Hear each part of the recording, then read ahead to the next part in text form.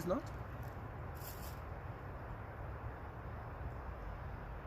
There's not.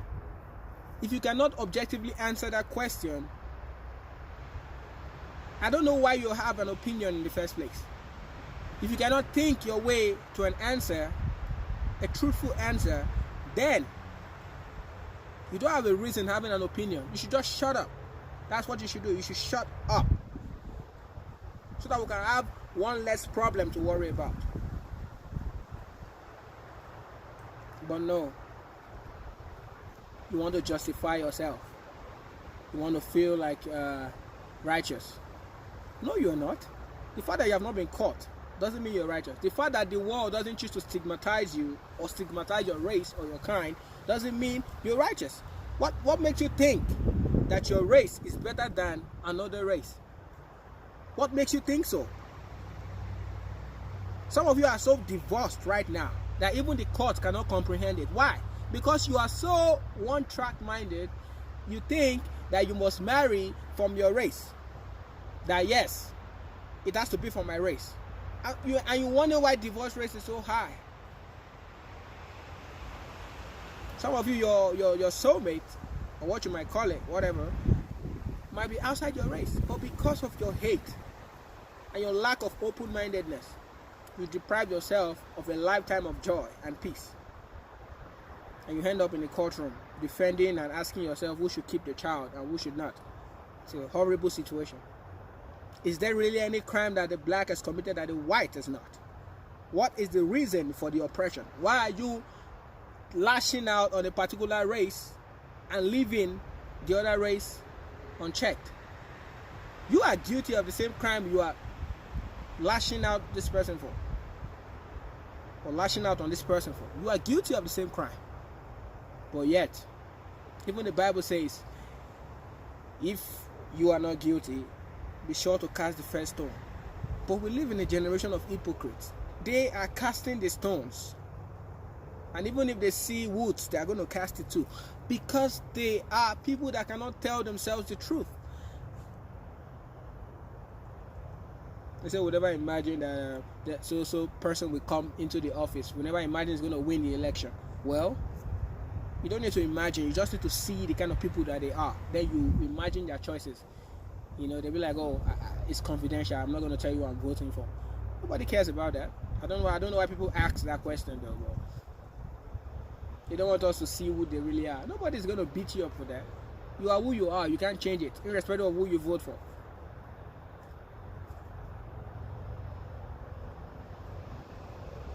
And before I go, please, blacks, in the end, we are better than these people and they feel threatened. Because they see us better, so they feel threatened by our existence and anything and anywhere we stand. We ought to do better though. Don't do what they do, trying to oppress or steal or do all those things. Yes, they have taught you those things over the years by demonstrating conflict and oppression. Yes, they taught you through conditioning. They have made you who you are not supposed to be, and we understand the historical effects of these things they have done. But we must make a choice to stand different. We have to stand alone. We have to stand away from those hardships and make good decisions. The whites they claim to be better, thinking they make good choices. They didn't make good choices. They had good choices. Yes, we're put and pushed against the wall, you know, and we're forced to make choices that we are not particularly proud of, and we get it. But we need to stand and do better. What they did by killing George Floyd was wrong. On every ground, it is wrong. It is very wrong. And he deserves justice, no doubt. What am I saying? Please. I know there is a disconnect because of the historical event that has happened and unfolded through time. I know there's a disconnect. You don't know how, you don't best know how to connect to where you are from. Your culture is not something you don't know how to connect to the culture of which you are supposed to know. Yes. And even some blacks, it's a painful thing. Some of them are racist. They'll be like, I don't understand what you're saying. You're talking like that to someone who shares similar faith with you. They see you guys as the same. So they're gonna, the way they treat you is, there's every tendency they're gonna treat me that way. And you say, I can't understand you, I can't understand you. You need to understand me. If I want to give you something, I'm pretty sure you're going to understand me. If you need my help, I'm pretty sure you're going to understand me. Now, we are the people you are going to be. We are who you're going to be. If your fathers were enslaved and brought down here. But that's not the point. Connect with people. Read up things. See how we act. It's not like we don't talk to you guys because we feel we're better than you guys. No.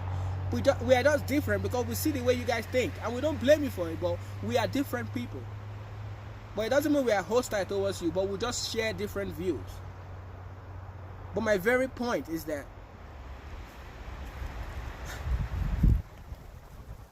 I have been to different places. I have seen conflict sprout up from nowhere. And when I hear how it happened and who is involved in the situation, I hear that it's two black people fighting. I hear a black fighting with a white. Don't do that. Don't give them power over you. Don't do that. Drugs. See, it can stop. Yes, they hold it over our heads that we like to carry drugs and we are known for all these dons and things like that. So are the white children or whatever generation they are. They do those same things, but they choose to hold it over the generation or the entire race. We can do better still. Personally, we can. We don't even know what we're doing sometimes. Sometimes we get super violent and it's not who we are supposed to be, but we are, But we can change. We can be better. We can be better than our past. We can't keep allowing our past bleed into our future. We can be better. Yes, they do things to us, but we can be better. We can choose the path of peace.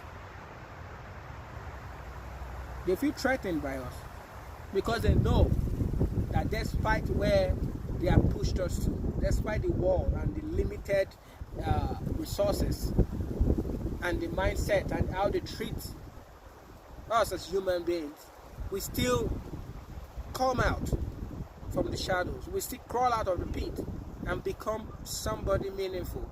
We still make something out of the little we have been given. That makes us successful as a race entirely. It's not just about you being African American. Africans all over the world generally. Identify yourself with the greatness and do more. Cross different milestones. Surpass different thresholds. We have to do more by giving room for them to say, oh, there's every time they say it could be either white or black. Let them not just be confident in the decision and say, oh, I'm sure a black man did it. They see the way blacks kill white. It is terrible. They see the way we don't value ourselves with all these gang wars and things like that. They see the way we do it. That gives them the perspective that we don't value our lives. So they cannot value it if we do not. It has to begin from us too. But nevertheless, we must not forget the tool of resistance. Keep resisting. And never agree to be submissive to any demonstration of hate and inequality and injustice. Never agree to be that way. You are better than that. We are great people, and I want you to see yourself that way. See you later. Thank you very much for watching. I'm Raymond Akpedere. See you there.